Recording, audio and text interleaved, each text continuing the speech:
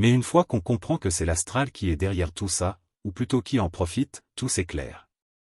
Comme disait Sigmund Freud, le moi n'est pas maître en sa demeure. Une fois qu'on comprend que ce que la psychanalyse nommait l'inconscient est en fait lié à une dimension habitée d'entités, qui se nourrissent de nos angoisses, et du mal-être généré par nos conflits internes, par nos illusions et contradictions, on comprend que l'astral a bien plus besoin de gens faux et hypocrites qui génèrent le louche dont il a besoin, que de gens sincères qui à leurs yeux sont dans l'orgueil, du fait qu'ils lui résistent. On comprend que la psychologie est majoritairement au service de cette dimension, comme la religion l'était quand elle dominait la conscience collective, et que l'astral sait tout récupérer à son profit.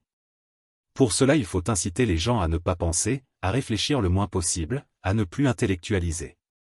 Ils sont alors aisément manipulables, ignorants et gros producteurs d'angoisse, qui est pour ces entités une nourriture précieuse. Plusieurs auteurs et théoriciens ont écrit sur ce paradoxe, celui de l'écart entre l'enseignement et la mise en pratique réelle, ainsi que les tensions autour de l'authenticité. Plusieurs ont cru qu'à simplement expliquer comment les doubles liens généraient de l'angoisse et du mal-être que tout le monde s'attacherait à ne plus le produire, mais c'était sans compter sur l'existence de ces dimensions parallèles invisibles, qui exploitent l'homme, comme Bernard de Montréal nous l'a fait comprendre. Carl Roger, dans ses travaux sur la psychologie humaniste et l'authenticité, parle de l'importance pour le thérapeute d'être congruent, c'est-à-dire aligné entre ses enseignements et ses actions. Or la congruence implique un gros travail sur soi, où la simple intention ne suffit pas. L'intentionnisme naïf des anti-intellectualistes, à savoir le fait de croire qu'il suffirait de poser une intention pour qu'elle se réalise, fait tout simplement le jeu de l'astral. Vraiment réaliser ce qu'on prône implique souvent de s'extraire du besoin mimétique de reconnaissance. Une thérapeute rogérienne me disait dernièrement que, parmi les élèves lors de sa formation, beaucoup apprenaient à mimer la méthode sans la pratiquer, comme j'ai pu le voir dans ma propre formation, et se moquaient de ceux qui pratiquaient vraiment, qui se trouvent souvent regardés comme suspects par les autres. Brené Brown a écrit sur la vulnérabilité dans des ouvrages comme The Gift of Imperfection et Daring Greatly, où elle démontre que montrer ses faiblesses est une source de connexion et de force, malgré les jugements extérieurs. Mais ça implique un engagement et un courage qui va au-delà des belles intentions. Irving D. Yalom, dans ses récits autour de la psychothérapie existentielle, a mis en lumière la nécessité pour le thérapeute de s'exposer, et de reconnaître ses propres fragilités pour mieux accompagner ses patients.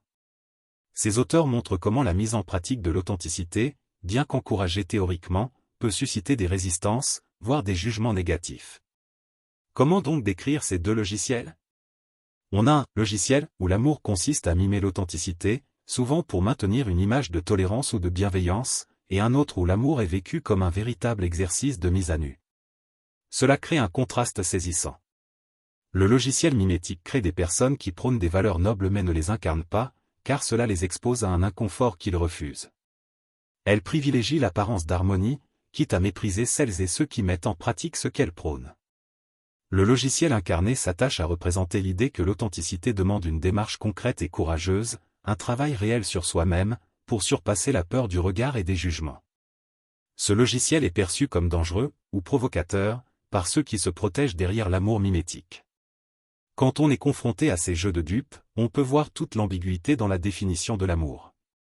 Ceux qui prônent la tolérance, semblent, paradoxalement, intolérants envers ceux qui vont plus loin dans leur pratique. Ils rejettent cette mise en pratique en la jugeant comme une forme d'orgueil, car elle révèle leurs propres limites, ou leur manque d'alignement. De quel côté l'astral est-il entre ces deux types de logiciels ? Est-ce que les mimétiques sont faux ? Pas du tout, ils sont d'abord groupaux et faits pour servir l'astral. Une fois qu'on le sait, on les laisse faire, car il faut bien que l'astral soit nourri. Mais la chose doit être connue, pour que ceux qui veulent être authentiques ne soient pas baladés, comme j'ai pu le vivre au contact des mimétiques. Une fois qu'on connaît l'existence de l'astral, on comprend qu'il n'y a aucun espoir de faire changer ceux qui sont là pour le servir et le nourrir. Par contre, qu'ils exploitent la souffrance humaine pour détourner les gens authentiques à leur profit, voilà ce qu'on peut condamner et combattre. On ne cherche alors plus à comprendre pourquoi des gens se fourvoient, mais à comprendre comment l'astral fait pour nous induire en erreur. On ne lutte plus contre soi-même comme la psychanalyse tentait de nous y pousser, mais contre des forces qui agissent dans l'invisible, pour nous manipuler.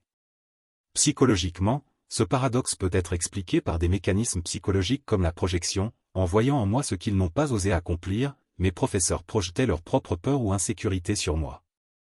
Ils se mettaient ainsi en dissonance cognitive, car leur malaise face à mon authenticité révélait le conflit entre leurs croyances, ce qu'ils prônent, et leurs pratiques, ce qu'ils refusent de faire. L'amour était donc convoqué à la rescousse.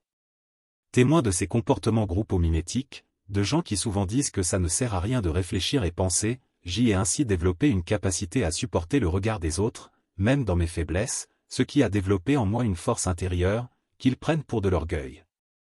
Peu de personnes osent aller aussi loin, et cela peut être perçu comme une provocation par ceux qui restent dans le discours théorique. J'ai pris le parti de choisir une voie exigeante, car elle me permet de vivre pleinement en cohérence avec mes convictions. J'ai choisi la voie intellectuelle qui ne permet pas de se mentir à soi-même, qui écarte de l'amour, mais qui mène à la vraie connaissance de soi.